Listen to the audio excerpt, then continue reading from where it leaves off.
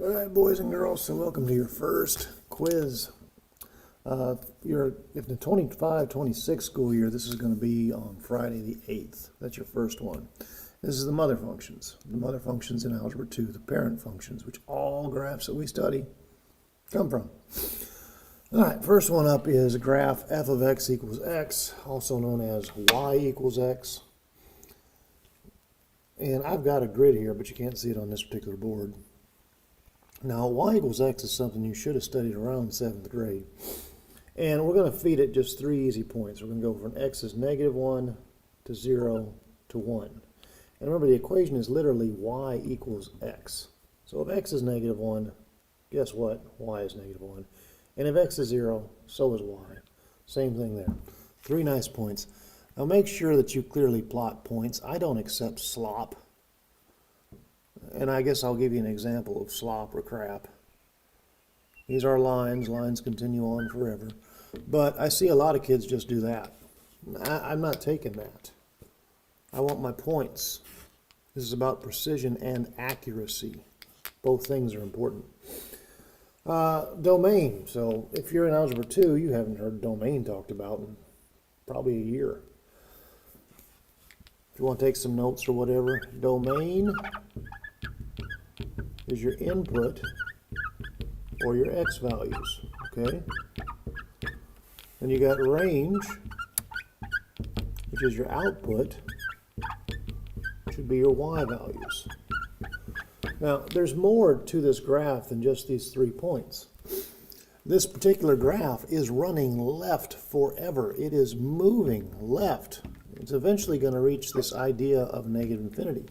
And it's also moving right, and it would eventually reach this idea of positive infinity. Now, we use what's called interval notation in Algebra 2, and you should have been exposed to this in Algebra 1. You may or may not have. But I primarily use interval notation. I'll also show set builders. I do a couple of these. Since we are running forever to the left, our domain is negative infinity, a comma, because we're everything between negative infinity all the way to the right, positive infinity. Now, our range here, the graph is also falling. Well, that marker's no bueno. But the graph is also falling. It's going down. It's falling to a y value of negative infinity. It's also going up to a y value of positive infinity. So for our range, negative infinity to infinity.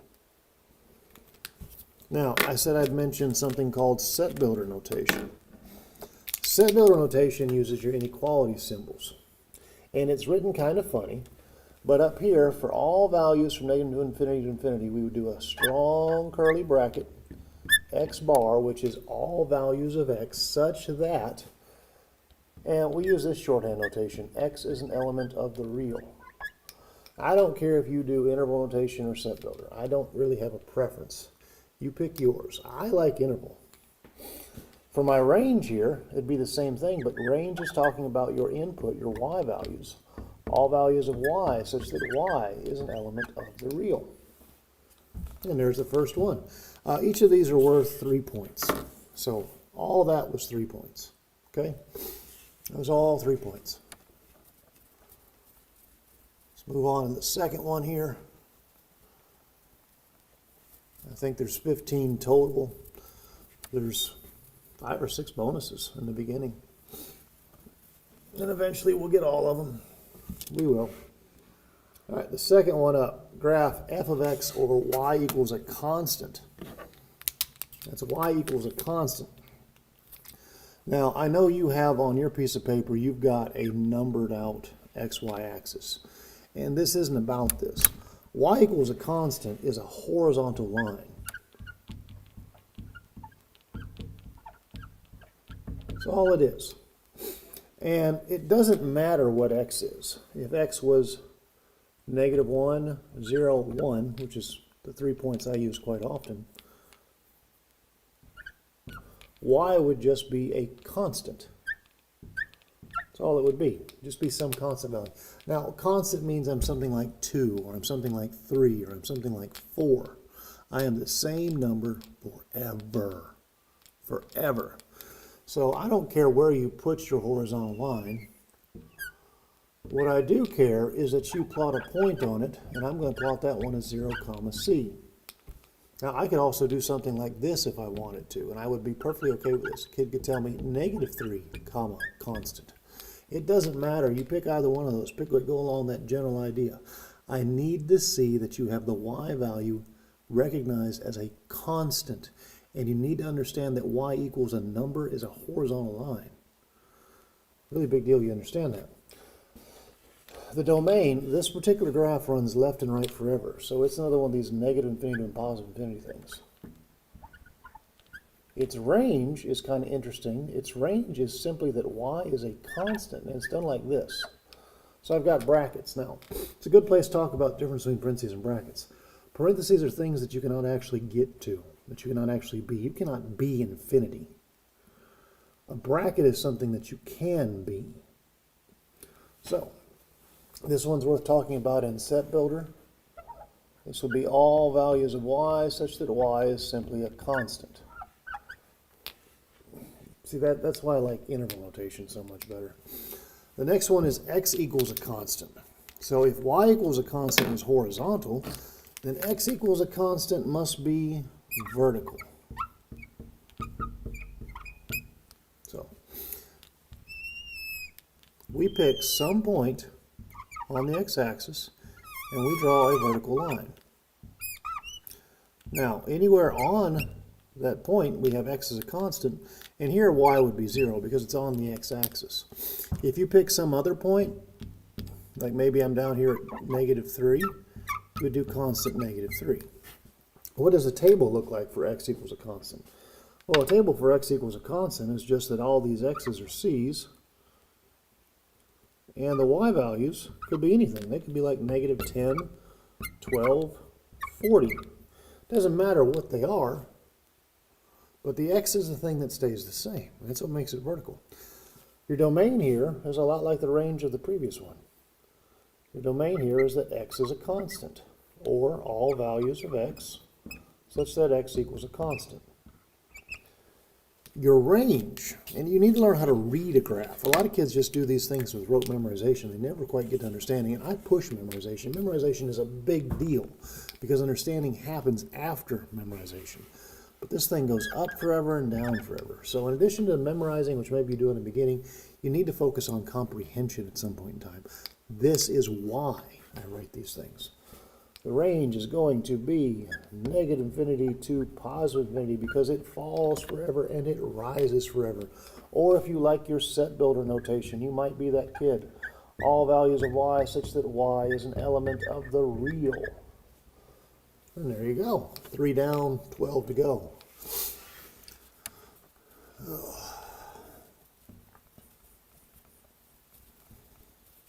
Now, most Algebra 2 teachers will call these parent functions. It's kind of lame, so I call them mother functions because it always gives me a chance to make a mistake. I might slip up in class one day. I might say something else. I've yet to do it. I've come close, not going to lie. There's been times I've had the right group of kids and I've wanted to just throw that in there, and you know what I'm talking about. But I haven't done it yet because I still like to eat. Number 4, y equals x. Now, by the way, I've said something here I haven't mentioned it is that f of x, that is always a y. It is just fancy for y. So this is y is the absolute value of x. So let's go to our table here. Let's let x be these 3 points, which we use often, -1, 0, and 1. And let's think about the absolute value of -1. And hopefully you remember that absolute value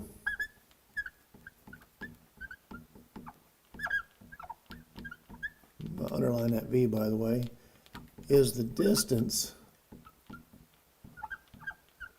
from 0. That's what it is.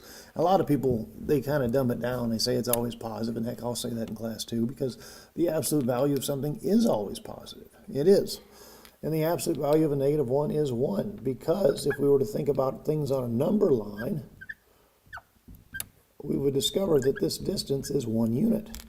Absolute value is a concept of distance. That's what makes it positive, because there's no such thing as negative distance.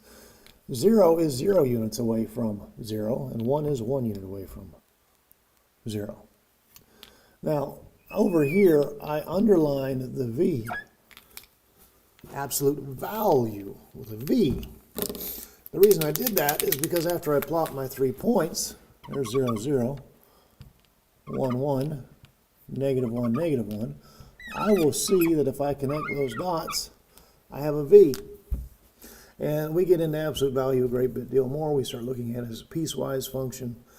But that's the mom function. That's the graph of value starts with a V. It's amazing to me every year how many kids just can't seem to get that in their head. It's like we're speaking a different language. Maybe we are. Maybe that's the problem. I don't know. All right, domain. This thing is running left forever. It is running right forever. Domain is going to be negative infinity to positive infinity. Now, the lowest value on this graph, the lowest y value, remember range is y values. The lowest y value is a 0, and I am putting my pencil there. I am touching that thing. That's a bracket.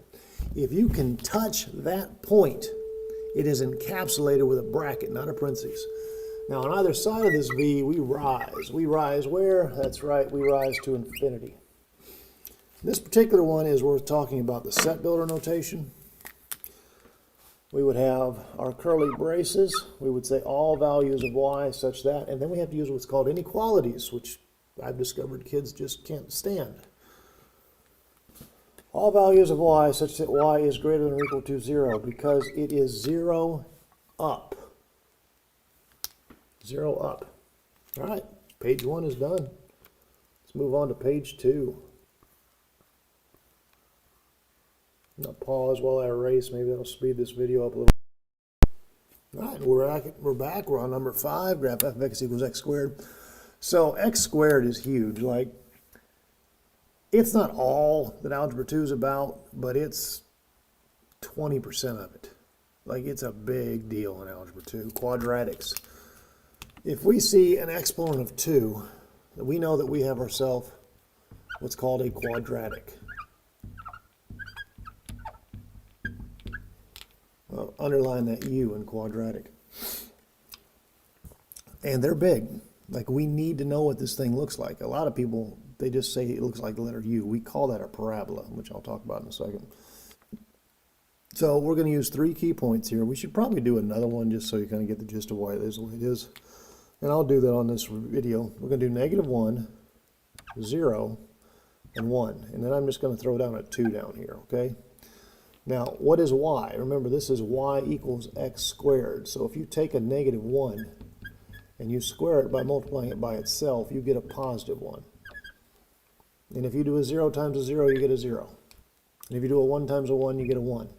Now, if you take a 2 squared, hopefully you realize you get a 4. But again, the only 3 that matter, as far as I'm concerned, are these. If you only plot those 3 points, though, you would be very tempted to do what you just did on absolute value. But it's not, because you see you had 2, 4 as well, which is up here. It wouldn't make a very good V, would it? It just wouldn't. It's actually what we call a parabola in mathematics. And this is a parabola. You know, once upon a time, I didn't always used to write down the words, but I've discovered that kids just are horrible at spelling. I'm not sure when that happened.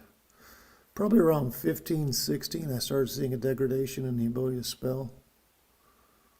Because I've called kids and be like, how do you think we spelled that word when they couldn't realize how we graph things? And they weren't spelling it right. And you'll notice the lettering, the letters are important. All right, now this thing is domain and range. This graph will move to the left slowly forever, and it will move to the right slowly forever. So its domain is negative infinity to infinity. Now you'll notice I always start with a small value and go to the high value.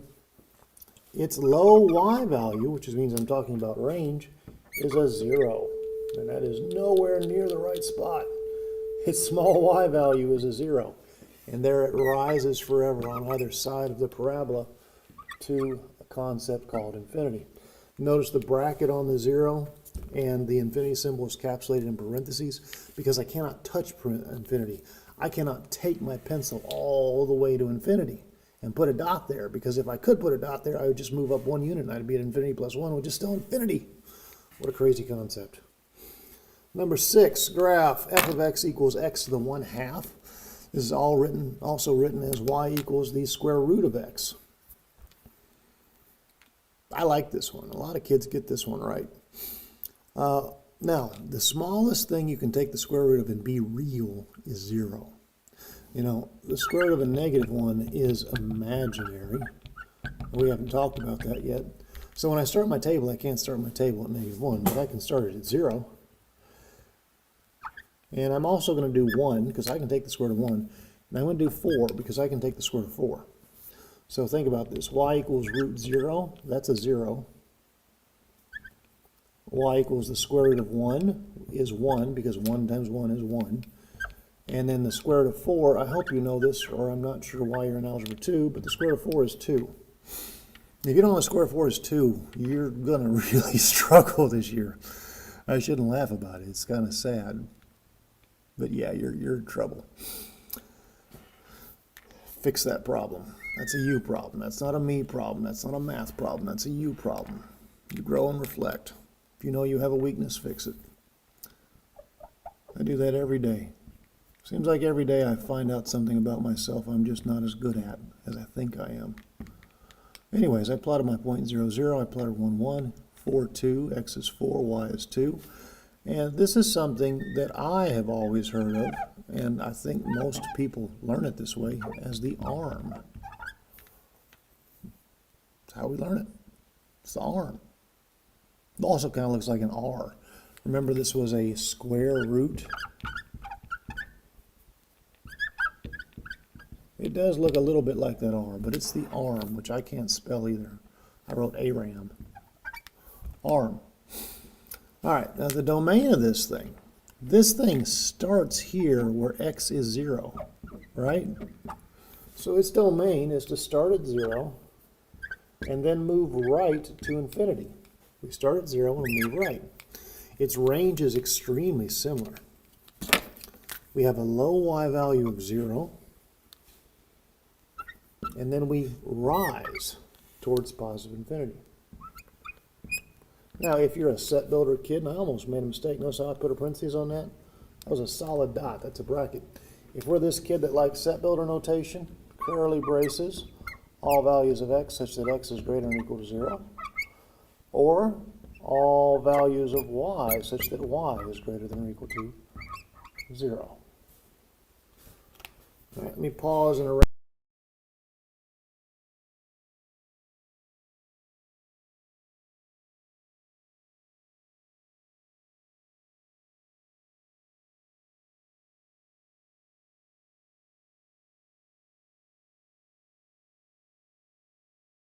And 1, and I'm going to add in a 2. So if I take a -1 and I cube it, that means I multiply it by itself 3 times, and I hope you remember that. So I do -1 times -1 times -1, and I get -1. If I do the same thing with a 0, I'll get a 0. If I do the same thing with a 1, I'll get a 1. And if I do 2 times 2 times 2, I'll get an 8. Now, these are the 3 that matter. Okay, the reason I did the 2, 8 is so you can see the shape of it.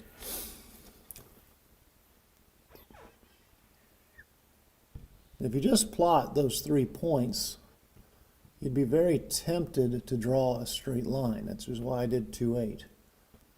3, 4, 5, 6, 7, 8.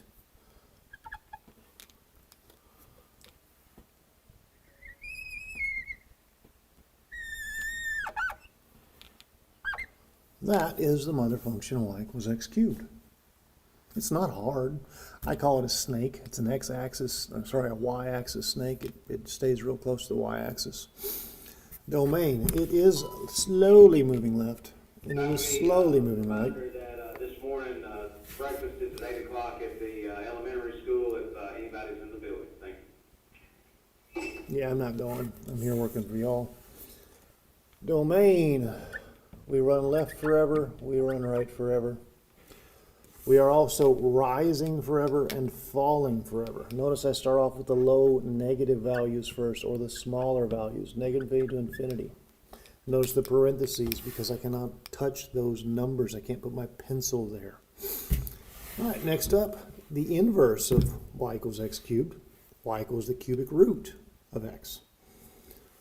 And it's going to look a lot like the last one. They actually have the same shape more or less, just one of them likes the x-axis. We'll do the same 3 points to some degree. -1, 0, and 1, and this time I'm going to put an 8. So if I take the cubic root of a -1, I know that's -1, because -1 times -1 times -1 is -1. If I take the cubic root of 0, I'd have a 0. If I take the cubic root of 1, I'd have a 1. And the cubic root of 8 is 2, because 2 times 2 times 2 is 8. You know, a lot of kids don't have number sense anymore, so they only know things because they push buttons in a calculator. You're in trouble. You're supposed to know things. Like, that's big. But the cubic root of 8 is a 2. So let's plot our points. We have 0, 0, we have -1, -1, we have 1, 1, and then we have 8, 2. X was 8, Y was 2.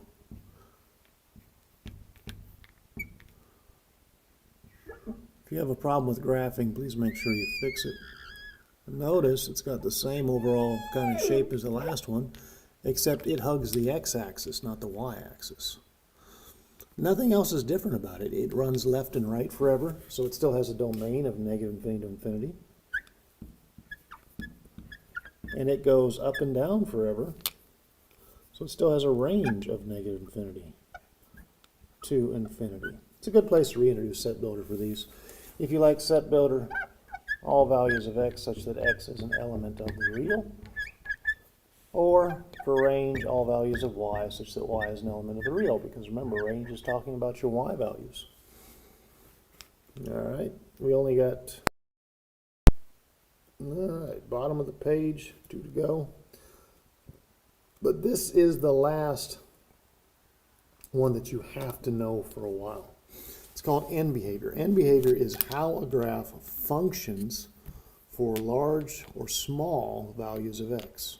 It has nothing to do with the origin. It has things to do that's happening way out here at positive infinity and back here at negative infinity. That's what it cares about. So it's called end behavior.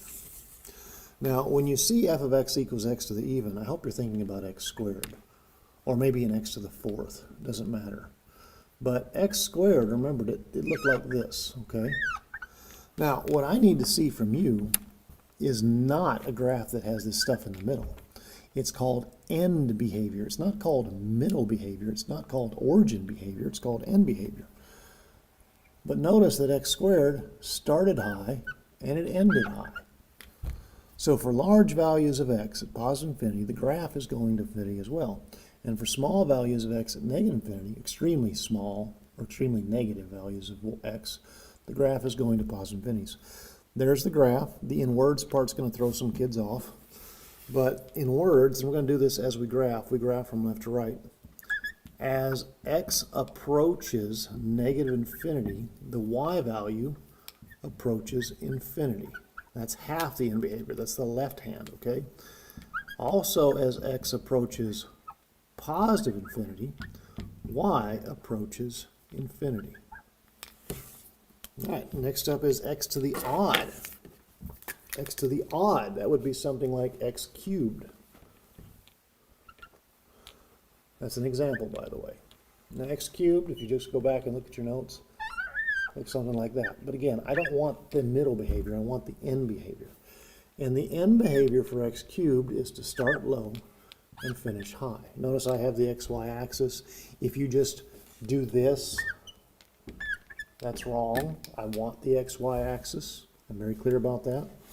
In words, now as we move left towards negative infinity, the graph is falling, so y is also falling to negative infinity. Let me move this page a little bit for you. There we go. And as x runs right towards positive infinity, the graph rises. The y values rise towards positive infinity.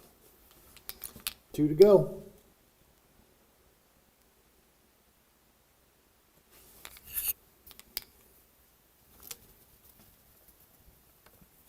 Now I'm leaving those graphs up there for a reason, because this is negative x to the even. And if positive x to the even opens up, it ain't rocket science. Negative x to the even goes down.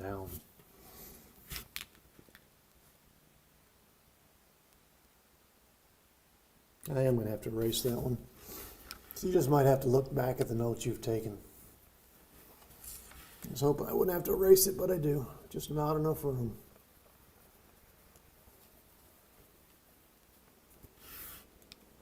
So anywho, negative x to the even, instead of being up, high, starts at stay low and ends at stay low. We had a good day in the middle, but we ain't worried about the middle. We're worried about the ends, right? The beginning and the end. In words, as x runs left towards negative infinity, the y values fall, or the range falls to negative infinity. And as x runs right towards positive infinity, turns also the output, the y values, are also falling again towards negative infinity. Negative x to the odd, remember positive x to the odd was low high. So negative x to the odd has got to be high low. It has been reflected vertically or over the x-axis. This one would be both. In words, as x runs left towards negative infinity, on this one the y values go up. And again, I mentioned something earlier. Read the graph, comprehend the graph. Okay? Don't memorize this stuff verbatim. Understand the graph. And as x approaches positive infinity, we can see the y values are falling to negative infinity. All right, everything out from here on out's bonus.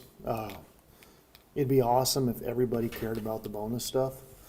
You find that about 80% of your students do not care about bonus stuff because most of you are just trying to get that 60.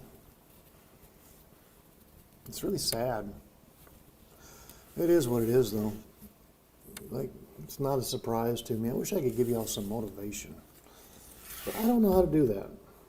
I don't know how to get kids to want to learn something that they just don't want to learn. All right, this is a funny looking one. It's y equals a times b to the x. An example of this would be something like 2 times 3 to the x, which is not in the right spot. There we go. So there's some numbers. Now, we're not going to do 2 times 3 to the x, but it gives you an idea how this thing would work, right? Like I can waste a minute or two here. But then we'll graph the mom function. 2 times 3 to the x. Okay, let's make a small table. Let's feed it a -1, a 0, and a 1. If I feed it a -1, I'd have 2 times 3 to the negative first power. Now, you guys don't know what a negative first power is. It flips the number. It's not 3, it's 1/3. This becomes 2 times 1/3, which is 2/3. Now, a 0, 2 times 3 to the 0. Anything to the 0 power is 1. I usually use smiley faces, but anything to the 0 power is 1. So this becomes 2 times 1, which is 2. If I plug in a 1, I'd have 2 times 3 to the first. 3 to the first is 3. This is 2 times 3, which is 6. But the only reason I'm doing this is so I can give you an overall shape of what the graph looks like, okay? It has -1, 2/3, should be about right there. It has 0, 2, should be right there. It has 1, 6, should be about right there. This is the exponential growth function. Okay, so now that I've wasted all that time on that, let's go back and do this one. I knew I forgot to do a little editing on here. I forgot to talk about something that these graphs have. I sure did. All right, so anyways, what do we want to feed this thing? We're going to feed this thing 2 key points. We're going to feed it a 1 and a 0. All right? So if I feed it a 0, I would have a times b to the 0. Again, by definition, anything to the 0 power is 1. That's a times a 1, which is just a. So if I feed it a 0, I get what's called an a back. Okay, weird, huh? If I feed it a 1, I have a times b to the first, which is anything to the first power itself. I get a times b back. Now, the reason I did that previous example was to give you an overall shape of the graph. But all exponential equations written in the form of y equals a times b to the x, they all contain the point 0a. Now I'm going to label this point. This point has to be labeled because your grid's got numbers and a is not on that grid. It will also contain the point 1ab. So I'm going to pick a point up here and label it 1ab. And then I'm going to follow that form that I had in the previous one. I put that 1ab in a bad spot. 1ab. You'll notice that I don't cross the x-axis as I draw. I flatline on it. That's because these things have what's called horizontal asymptotes. Exponential graphs have horizontal asymptotes, and it's right here. It is a horizontal line, which means it's written in the form of y equals a constant, and it happens to be y equals 0. And we're going to talk about that. That needs to be added in on this little box over here. The domain is run left forever, run right forever. The domain is negative infinity to infinity. The range gets really close to a value of 0, but it doesn't actually touch it because it flatlines near it. And it rises to the right towards infinity. There I used parentheses. I didn't use a bracket because I actually never put a dot on the x-axis. Now, something that needs to be included in that box is the horizontal asymptote.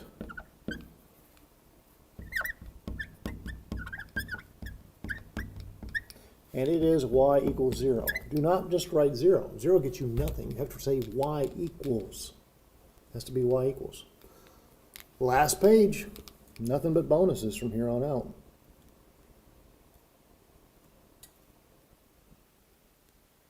And there's 5 of them.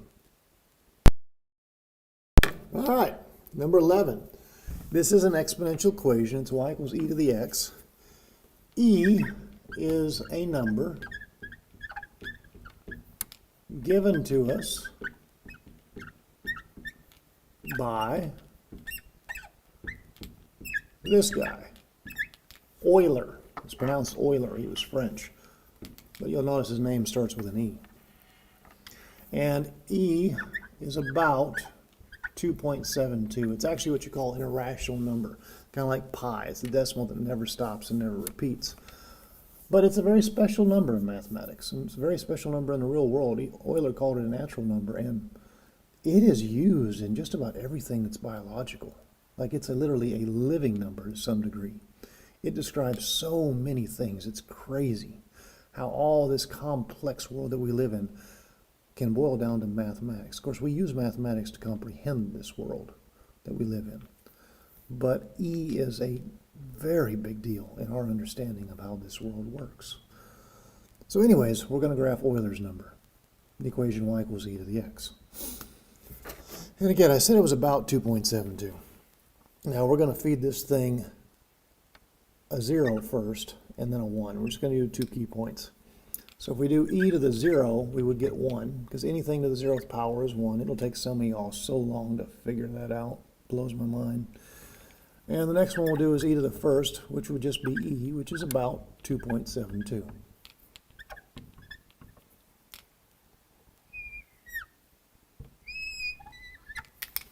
So we're just going to do 2 points. The reason we're not doing 3 points is because unless you have a calculator in front of you, you cannot compute e to the negative first. That would be 1 over 2.72.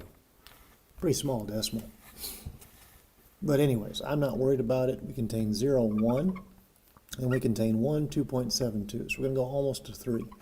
And then we're going to follow that form of the last one that I graphed, because it is an exponential function. It really is ab to the x. It's 1e to the x, so it's kind of ab to the x. Maybe you see that, maybe you don't.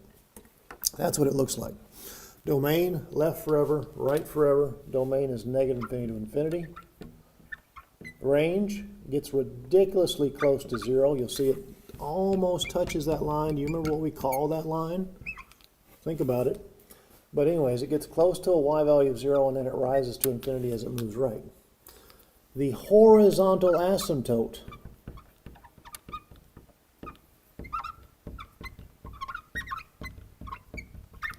that's what that line is, was at y equals 0.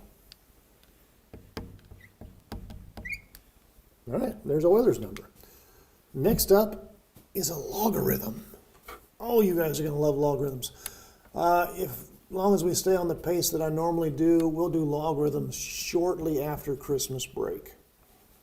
And it varies from year to year. It depends upon the student body that I have. But it's usually right after Christmas break. One year, years ago, I had such a good group of kids that we actually talked about before Christmas break. That was 15, 16, it's been a minute.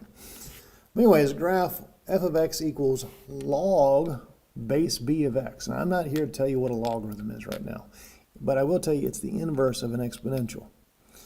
And I'm going to write down a couple of key things here. A log base b of a 1 is a 0, because it's saying some base with an exponent of 0 is 1. A log base b of itself is a 1, because this is saying b to the first is b. Now, when we get to logarithms, these things will make sense. Right now, it's just a bonus. I don't feel like spending 10 minutes of my life explaining a logarithm to you. But if you memorize some things now, it'll make more sense later. It really will. So anyways, we're going to feed this thing two x values. We're going to feed it a 0 and a 1. Sorry.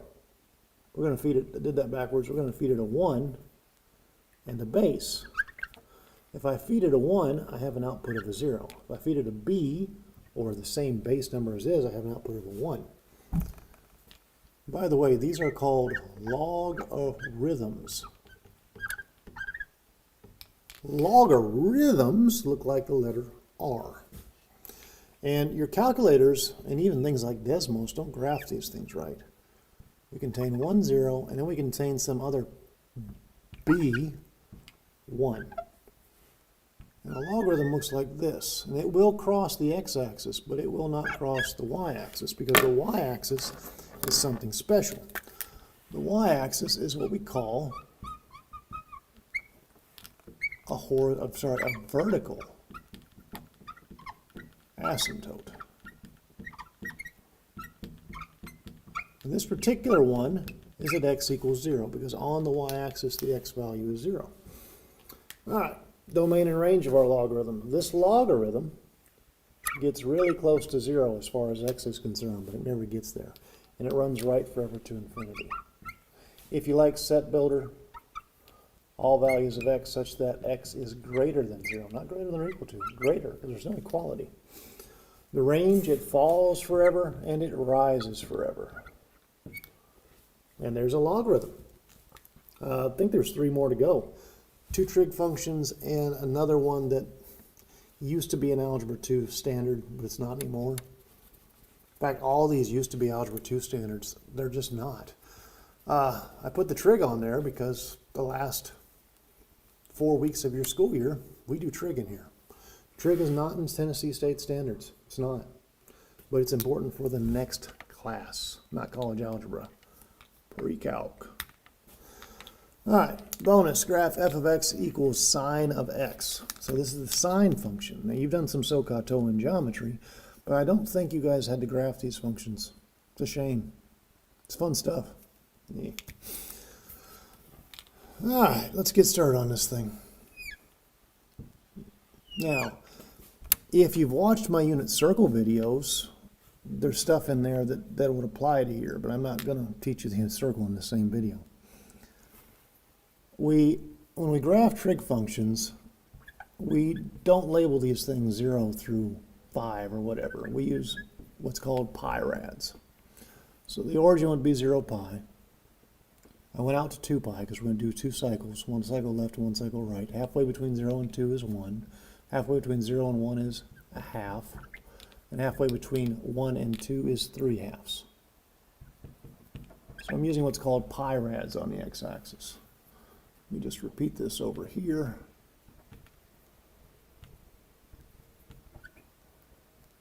And at some point in time in this class, you'll be memorizing certain values. you will memorize that the sine of 0 pi is 0. And you will memorize that the sine of pi over 2 is 1. And you will memorize that the sine of pi is 0. And you will memorize that the sine of thrice pi over 2 is -1. And you will memorize that the sine of twice pi is 0. That is one cycle to the right. And the sine, well, actually all the trig functions are what we call periodical or cyclical. But they follow the same things forever and ever and ever. They cycle. And there's 2 full cycles of the sine function. Now, what did I feed this thing? Well, I made the table there. I didn't actually put it there. But I started with a 0 pi. I went to pi over 2. I went to pi. I went to 3 pi over 2. Then I went to twice pi. 0 pi had a y value of 0. Pi over 2 was 1. 0, -1, 0. To draw one full cycle of the sine function, I covered 2 pi. That's the period. Sine and cosine both have a period of twice pi. The domain here, this thing runs left forever, it runs right forever. Its domain is -infinity to +infinity. Now range on this one's a little bit different. The lowest y value I see is -1. The highest y value I see is 1. So the range is -1 to 1. This one's worth talking about in set builder notation. All values of y such that, let me do that again, -1 less than or equal to y less than or equal to 1, such that y is stuck between -1 and 1. There's the sine function. Next up is the cosine function. They look a lot alike. We use kind of the same gridding here.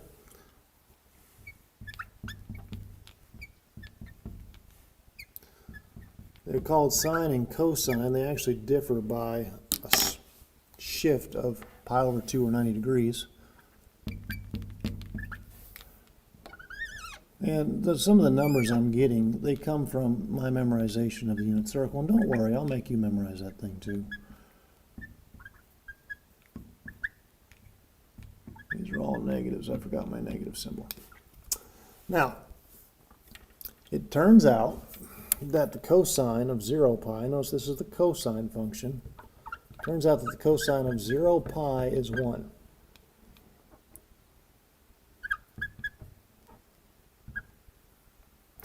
Turns out that the cosine of pi over 2 is 0.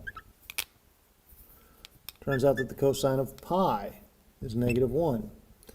The cosine of thrice pi over 2 is 0, and the cosine of 2 pi is 1. So this one's a little bit different in that it starts high, and then it starts falling. Now once you've fallen as far as you can fall, you have to rise again. And again, I mentioned that these things were cyclical, they had a period, they're periodical. So what happens on the right has to happen on the left. And it has to happen for all, I've almost messed up there, it has to happen for all of eternity. Period is still 2 pi. It took twice pi to draw one full cycle. The domain is still -infinity to infinity. And again, my low y value is -1, my high y value is 1, my range is still -1 to 1. And we are ready for the last one. And I am actually ready for this video to be over. We're 44 minutes in. The last one is something that used to be a mother function in Algebra 2. It's not anymore. And I don't really even talk about these kind of things anymore. It's what you call rational functions. And the state of Tennessee pulled out of Algebra 2 because kids were so bad at it. Tennessee Department of Education. Anytime you pull things out to make things easier, you just end up with worse results. Put it back in. Turn Algebra 2 back into the class it's supposed to be, not the class you want it to be. It doesn't matter if you like math or not, it's important. By God, the next generation needs to learn this stuff, or math will fall and crumble too. Maybe that's what you're after. Now, I only do 2 key points on these things. I do -1 and +1.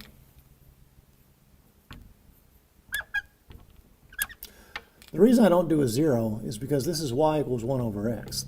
And if I did 1 over 0, I would get undefined. Now, what's actually happening there is what's called a vertical asymptote. You just kind of have to trust me on the shape of this graph. I don't want to spend a whole lot of time working through why it is the way it is.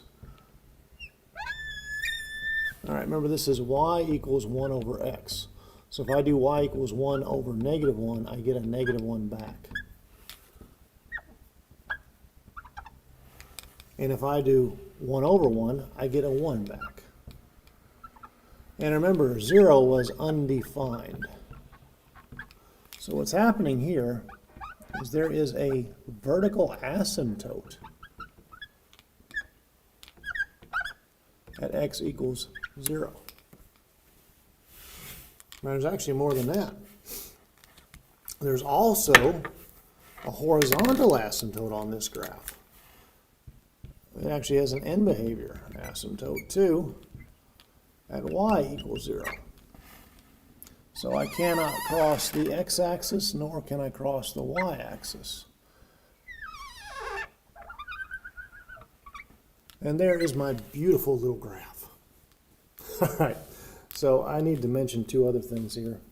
That I did have a vertical asymptote and a horizontal asymptote. The vertical asymptote was x equals 0. The horizontal asymptote was y equals 0. And that'll be on your papers. I just left it off and hadn't caught it yet. Domain, I run left forever, but I can't have an x value of 0. So I write the 0, but I use a parentheses instead of a bracket. And, which is denoted by the letter U, unioned with, I run right forever, starting at 0, but not actually being 0. So there's my domain. The range is exactly the same. Falls forever, rises to a y value very close to 0, unioned with the other side of 0 where it's positive, rising towards infinity. Whew, 47 minutes, 25 seconds now, done. Hope you enjoyed.